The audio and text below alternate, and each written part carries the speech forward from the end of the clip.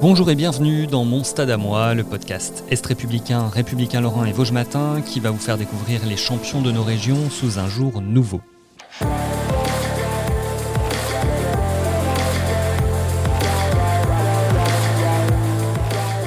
Le Meurthe-et-Mosellan Steven Dacosta se prépare pour les JO de Tokyo, mais avant, le karatéka de Mont-Saint-Martin a rencontré Maxime Rodin. Il lui a notamment expliqué comment il est tombé dans ce sport quand il était tout petit. C'était grâce à son grand frère, Logan. Logan qui a commencé en premier. Et en vérité, Jesse et moi, on est un peu nés dans le club, parce qu'on a commencé à 4 ans, donc on a fait comme notre grand frère finalement, donc, sans vraiment choisir. Qu'est-ce qui a fait que tu es resté dans ce karaté ? Au bout d'un moment, on est arrivé à un âge où il fallait faire un choix, parce que si on voulait, ça commençait plus ou moins à marcher, et si tu veux vraiment te donner les moyens de faire quelque chose, ou de faire du haut niveau, t'es obligé de te concentrer sur une seule chose, donc ça a été le karaté. Et très tôt, les résultats ils sont venus, et ça te paraissait normal de gagner des médailles Ouais, après, tu sais, je pense que les événements, ils te dépassent rapidement, en fait. Tu te rends pas compte du moment où tu commences à réussir, finalement, et moi, je m'en suis pas rendu compte. Après, genre, ça allait de soi, je venais en compète, finalement, pour gagner, et si ça se passait, c'était objectif rempli. Après, il y a plein de fois où ça se passait pas, mais, ouais, après, tu prêtes pas attention. Si, tu vois, tu réagis après coup, en fait. Une fois que c'est fait, genre, pas avant. Donc, quand j'étais chez les jeunes, j'ai réalisé que j'avais fait une belle carrière chez les jeunes. Puis après, j'ai enquillé tout de suite avec les seniors, donc j'ai pas eu le temps vraiment de réagir. L'équipe de France, elle est vraiment venue naturellement, en plus, très rapidement. Ouais, Logan, il avait déjà un pied dedans, donc il nous connaissait plus ou moins. Et puis en plus, après, j'ai performé, donc ça s'est fait seul. On est rentré à Paris, on est rentré au Crêpes de Châtenay. Puis moi, on est déjà en équipe de France, je suis rentré à 14 ans, donc ça s'est fait ultra rapidement. C'est Logan qui a vraiment tracé la voie. Ouais, bien sûr, c'est lui qui était, c'était lui le plus vieux, et puis lui, il y était déjà, donc ouais. Après, nous, on a suivi. Hein. Ouais, parce que c'est Jesse aussi qui a suivi, ton frère jumeau. Ouais. C'est vraiment une aventure particulière de vous retrouver tous les trois à très haut niveau. Ouais, je pense que ça, c'est pas vu dans d'autres sports. Hein. 2, ça s'est vu, 3, je suis pas sûr. Donc, ouais, après, on se tire vers le haut, c'est ça qui est bien, en fait. C'est que on a la niaque tous les trois, et puis on se fait pas de cadeaux, donc ça fait que ça nous tire vers le haut.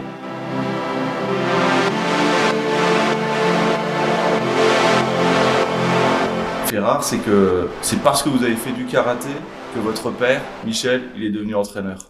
Ouais, c'est vrai, il a commencé après nous, en fait, mais assez tôt quand même. Hein. Mais nous, on était encore jeunes, Jesse et moi, mais assez tôt. Et puis après, c'est avec lui qu'on a continué. C'est lui qui nous connaît par cœur, et donc c'est lui qui nous a entraînés. Après, il suffit pas besoin d'être un grand athlète pour entraîner quelqu'un dans un sport. Si tu mets du cœur et que t'as compris déjà les règles, etc. Bref, et que tu y mets du cœur et que tu t'investis énormément, pourquoi pas. Et en même temps, il est devenu un entraîneur reconnu. Maintenant, il entraîne le club, et puis ils ont fait des beaux résultats avec les jeunes, et puis il y a nous, et puis il y a Mehdi aussi. Donc Mehdi, après, c'est pas un pur produit de chez nous, mais il est rentré dans la boucle maintenant. Il était déjà en place. Mehdi, c'est Mehdi Filali. C'est ça, Mehdi Filali en équipe de France en plus de 84. Donc on a, en vérité, Mont-Saint-Martin, on a bientôt 4 catégories sur 5, tu vois. Donc c'est énorme. Et après, ouais, Mehdi, il est rentré dans la boucle. Bon, lui, il était déjà en place, comme je disais, il était déjà en équipe de France, il avait déjà fait ses podiums, etc. Ça a été vraiment pour combattre avec nous en équipe, et parce qu'on a un vrai lien d'amitié en dehors du sport. Donc en vrai, ça s'est fait aussi plus ou moins naturellement. Et au final, ça fait qu'on a construit quelque chose de solide. Et ton entraîneur de père, il t'a notamment inculqué l'humilité. Moi, je me souviens qu'après ton titre de champion d'Europe junior, donc c'était en Turquie en 2013, où tu étais un peu excité après ta victoire, et puis il dit maintenant tu vas te calmer, redescends un peu sur terre, il y a les championnats de Lorraine la semaine prochaine. C'est vrai, il avait dit ça, je me souviens. Après, c'était sur l'humour, mais il a toujours été comme ça. On a quand même tous la tête froide, tu vois. Après, ça reste du sport, et il y en a plein d'autres qui ont fait des résultats aussi, hein, tu vois. Donc non, on garde la tête froide, nous on fait ça pour ça, et on fait ça avant tout pour le plaisir. Donc il n'y a pas de quoi non plus se prendre pour quelqu'un d'autre, tu vois. Donc c'est une belle aventure en équipe de France, c'est une belle aventure avant tout familiale. Quelle est la place de Dominique, la maman, là-dedans ? Ma mère, elle travaille dans l'ombre, tu vois, c'est elle qui gère tout au final, qui gère les kimonos, qui gère tout, tu vois. Quand ça va pas, c'est avec elle qu'on parle. Avec mon père aussi, mais surtout avec elle, tu vois. Elle est dans l'ombre partout, mais elle est toujours là, tu vois, et elle nous suit partout, elle aussi. Hein. Elle a vu ses 3 fils s'éloigner à un moment donné aussi, quand vous êtes partis tous les 3 au pôle France de Châtenay-Malabry, ça a été en région parisienne. Ça a été particulier pour elle, pour vous? Ouais, ça a été dur, je pense, au début, déjà pour Logan, parce que Logan, il était à Bordeaux. Donc c'était un peu compliqué, tu vois, même pour nous, c'était dur, il partait loin, il partait longtemps, tu vois. Après Paris, c'était pareil, mais bon, elle commençait à s'y faire. Au début, ouais, ça lui a fait un vide, je pense, dans la maison. Après, c'est à elle qu'il faudrait demander, tu vois, mais même pour nous, c'était dur, donc je pense pour elle aussi. Après, on est très très proches dans la famille, bah, c'est pas pour rien que mes parents, c'est mes voisins, tu vois, donc on est super proches, et ouais, au début, ça a été dur, bon, après maintenant, on est tous là, on est tous revenus, donc ça va. Ça veut dire qu'autour de la table, à la maison, lors des dîners, des retrouvailles, ça parle tout le temps karaté? Ouais, beaucoup. Maintenant moins, parce qu'il n'y a plus d'actu, tu vois. Mais bon, il y a toujours un petit truc qui sort, un petit sujet. Si, oui, parce qu'en vrai, en vérité, notre vie, elle tourne autour de ça, tu vois. Bien sûr, après, on fait plein d'autres choses, tu vois. Il n'y a pas que le karaté dans notre vie, mais majoritairement, tu vois, c'est à tous les trois, c'est notre métier quasiment, tu vois. Donc, en soi, forcément, mon père est dans la boucle et ma mère aussi, donc ça parle beaucoup de karaté, forcément. Et il paraît que c'est ton père, c'est ta mère aussi qui recadrera un peu ton père quand il est un peu trop virulent avec vous? Ouais, bah oui, c'est sûr. Mais elle a ce job-là avec nous ou avec lui. Parce qu'il faut pas croire, il y a des fois où lui aussi, hein, il a ses torts, tu vois. Comme nous aussi. Et mais elle, tu vois, en off, pas devant nous, tu vois, mais en off, elle lui dit, je sais qu'elle lui dit les choses, tu vois. Genre quand ça va pas, des fois, plutôt que d'aller lui clasher avec lui, bah, on passe par la mère, tu vois. Alors après l'Open de Paris en 2015, celui-là, ça a été la première fois où vous êtes retrouvés tous les trois en équipe de France, enfin sur une grande compétition internationale dans les catégories différentes. Vous vous retrouvez tous les trois sélectionnés pour les championnats d'Europe 2016. Et là, ça a été un truc de dingue, on peut le dire. Ouais, en plus t'étais là, toi. Ah oui. Ouais, c'était un truc de dingue. Montpellier, franchement, elle fait partie de mes plus belles histoires. Bon, championnat du monde, ça restera championnat du monde parce que j'ai fait champion du monde. On y viendra. Mais les championnats d'Europe à Montpellier, elles resteront marquées, celles-là. J'ai refait champion d'Europe, mais c'était pas le même goût, tu vois. Donc on le rappelle, c'est Logan qui démarre par une médaille de bronze, tu suis par la médaille d'or, Ouais. et puis Or par équipe. le Graal, l'or en équipe Ouais, avec dingue. Jessie. Ouais, c'était dingue.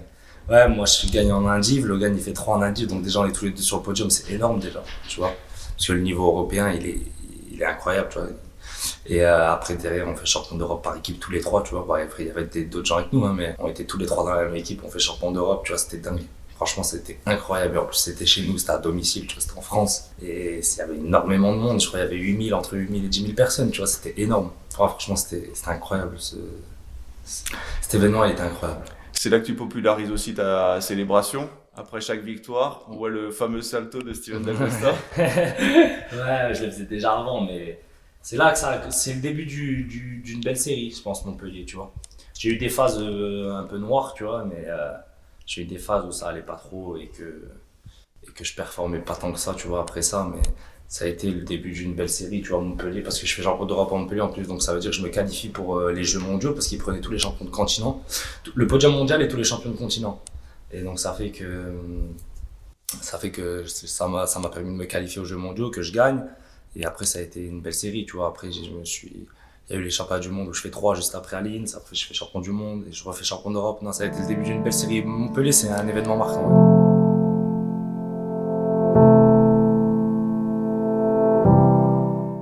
Justement, à partir de là, on en parlait déjà un peu, mais ça a commencé à aller crescendo du petit prince du karaté français. Ouais, Comment t'as vécu et que tu vis encore ce statut quelque part? bah après ouais, c'est pas un surnom que j'apprécie forcément, tu vois, mais et, tu vois, on choisit pas un surnom, tu vois, tu le choisis pas, et ça a été un peu, ouais, ça a été les médias qui ont dit ça, le petit prince du karaté, parce qu'en vrai j'étais jeune quand j'ai commencé à performer, tu vois, quand je fais champion d'Europe à Montpellier, j'ai 19 ans.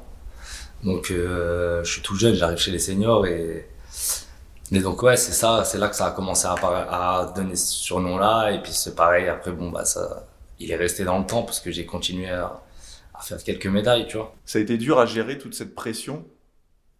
Pas tant que ça. Tu vois, c'est plus les entraîneurs qui ont voulu calmer les choses, tu vois, les entraîneurs nationaux, parce que ils pensaient ils ont eu sûrement raison, tu vois, mais moi je m'en rendais pas forcément compte qu'on mettait trop de poids sur mes épaules parce que j'étais jeune, tu vois. Je l'ai ressenti à des moments, tu vois. En fait, je l'ai ressenti dans la défaite plus que dans la victoire, tu vois. Dans la victoire, bon, bah voilà, après les médias, etc., qui me suivent et tout, bon, ça c'est bien, tu vois, c'était pas ultra dérangeant. Eux, ils ont voulu calmer un peu, ils ont voulu que ça parle un peu moins de moi parce que, genre, en gros, pas que ça me mette trop de pression, tu vois. Moi, je leur disais que en gros, ça me gênait pas parce que je savais faire la différence. Mais je l'ai senti dans la défaite parce que quand je perdais, limite, genre, c'était de ma faute ou genre, c'était grave. Alors que, tu vois, par exemple, on m'a fait plusieurs fois des réflexions alors que j'avais performé des fois, je sais pas, je vais te dire 7 compètes sur 10, tu vois, facile. Et c'est un simple exemple, hein, mais je saurais pas te dire exactement. Mais genre, si j'en ratais une, c'était en gros, c'est comme si j'avais rien fait pour, ou j'avais tout raté, ou tu sais, comme si ça arrivait jamais, genre j'avais pas le droit à l'erreur finalement, genre. Alors que tout le monde perd, tu vois. Et genre, en fait, c'était à ces moments-là que je sentais que, tu vois, limite j'avais pas le droit à l'erreur, genre, alors que, tu vois, tout le monde là. C'est à ces moments-là que j'ai senti qu'il y avait pas mal de poids sur mes épaules, tu vois, parce que, genre, en gros, quand je performais pas, genre, c'était limite mauvais bilan, genre, alors que pas forcément, tu vois. Parce que tu es aussi exigeant envers toi-même, tu parles toujours, il n'y a que la victoire qui t'intéresse. Ouais, bien sûr, ça, ouais. Ça, moi, ouais, je suis un peu trop même, tu vois. Un peu trop exigeant, genre. Mais bon, c'est peut-être ça qui me fait avancer, donc, de toute façon, tant que ça marche, eh bien, on reste pareil. Donc après ces fameux championnats d'Europe, 2 ans plus tard, enfin 3 ans plus tard, il y a la confirmation au championnat du monde de Madrid avec ce titre qui te fait basculer là dans une nouvelle dimension. Ça y est, tu deviens champion du monde des moins de 67 kilos. Ouais, là j'ai senti que le statut l'avait un petit peu changé. Une fois que j'ai fait champion du monde, je te mens pas. Là c'est le titre qui fait que tu mets un pied dans la cour des grands, tu vois. Quand tu fais un podium chez les seniors, déjà tu mets un pied dans la cour des grands. Mais champion du monde senior, tu vois, c'est le Graal. Tu vois, c'est le Graal dans le karaté, parce qu'à la base, il n'y a pas les jeux. Donc en vérité, champion du monde senior, c'est un cercle très fermé, tu vois. Il n'y en a pas non plus 200 000, tu vois. Donc là, c'est là que tu mets un pied dans un cercle bien fermé. Là, tu sens l'engouement qu'il y a autour derrière, tu vois. Parce que j'ai senti, même avec les médias, etc., j'ai senti qu'il y avait un truc qui avait changé. Une semaine avant ces championnats du monde, t'es au fond du trou. Ouais, grave. Tu vois, c'est les périodes noires que je te parlais, ben là, on y était, tu vois. Depuis l'Open de Paris, donc du mois de janvier jusqu'au mois de novembre, pas un podium, tu vois.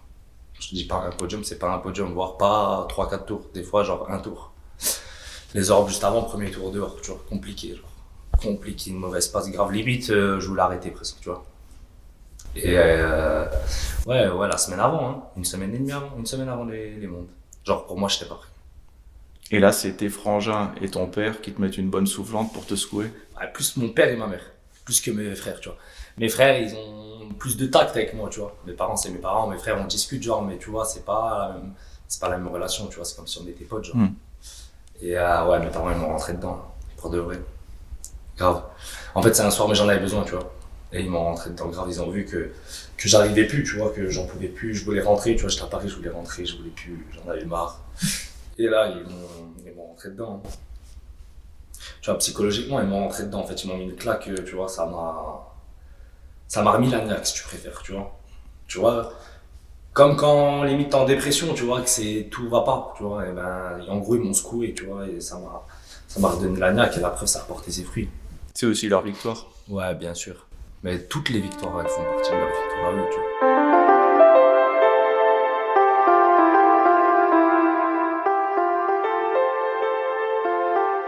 Et puis 8 jours après ce titre, t'es au milieu des jeunes, au dojo de Mont-Saint-Martin, en train de les entraîner. Ils ont un champion du monde sous les yeux qui leur donne des consignes. Ouais, eux, je te mens pas, ils s'en foutent. Je te jure, Mont-Saint-Martin, ils s'en foutent complet. Ils savent, ils me voient tous les jours. Eux, je suis sûr, tu leur demandes, ils savent pas tous. Hein. Ah bah, il faut le dire, Steven Dacosta, c'est un champion normal. Ouais, ils s'en foutent, eux. Je te jure, complet. Mais pour eux, c'est normal qu'on soit tous là, même quand il y a Mehdi qui vient. Pour eux, c'est normal. Genre, ils sont trop habitués. Tu vas dans un autre club, ils seraient waouh, tu vois. Alors que eux, alors là, rien à cirer. Je te jure, les jeunes, c'est pas leur problème. Parce que avec tes frères, avec Mehdi, au fil des années, vous avez quand même placé Mont-Saint-Martin sur la carte du karaté français. Ouais, bien sûr. Ben là, on fait partie des meilleurs clubs français, tu vois. Voire, on a gagné une paire de fois la coupe et les championnats de France par équipe, donc c'est qu'on est le meilleur club de France, tu vois. Mais ouais, on n'a pas ce statut-là au club, tu vois. Parce que, en vrai, déjà, on ne l'impose pas. Enfin, entre guillemets, tu vois, on est des mecs simples. Donc, on parle avec tout le monde pareil, on s'entraîne avec tout le monde, en fait. C'est ça qui marque pas la différence, finalement. C'est que on peut tourner presque avec un débutant, alors que, tu vois, alors que nous, à côté, on s'entraîne pour des compétitions de haut niveau. Je pense que c'est ça qui qui cassent cette image-là. Et en plus de ça, je pense que ceux du club, ils nous voient plus comme un exemple, ceux qui font de la compète, comme un exemple et comme des potes, genre, plus que comme des idoles.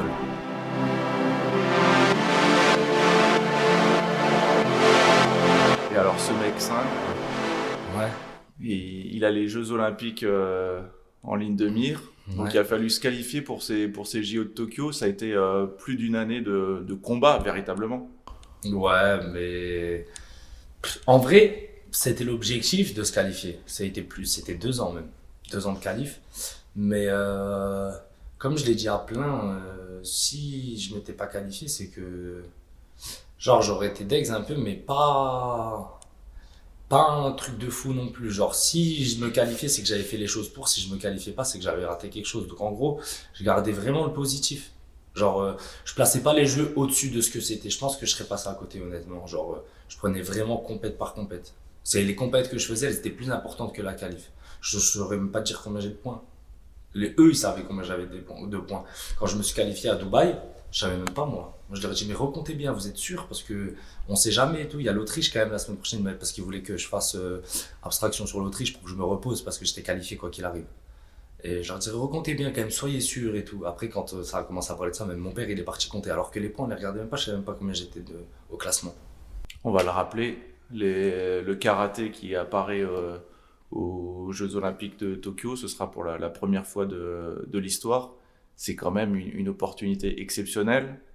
Ouais, mais elle a quand même un goût amer, parce que déjà, là, elle est dans une période qui est vraiment pas apte à organiser des jeux. Si elle les organisait peut-être, mais qui met pas dans des bonnes circonstances tous les sportifs, tu vois.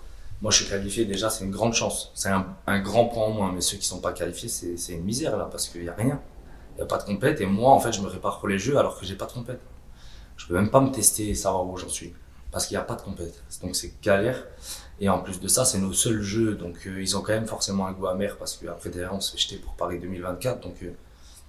ouais, c'est bien, c'est les jeux. Et moi, il y a eu un ascenseur émotionnel de... Ouais, c'est ça.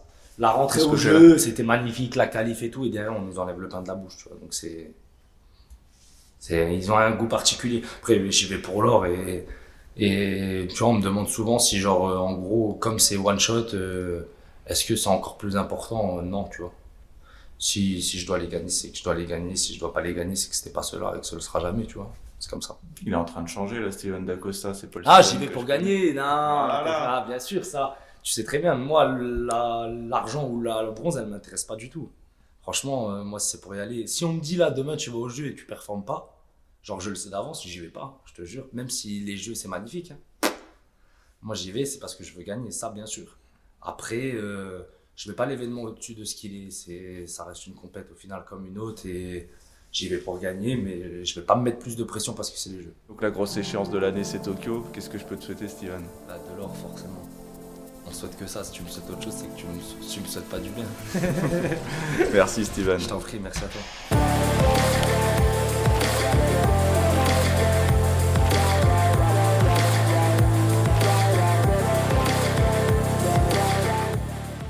C'était Mon Stade à moi, Steven Dacosta interrogé par Maxime Rodin. Mon Stade à moi, un podcast Est républicain, républicain lorrain, Vosges Matin, à retrouver sur nos sites internet et toutes les plateformes de podcast. À bientôt sur un autre stade.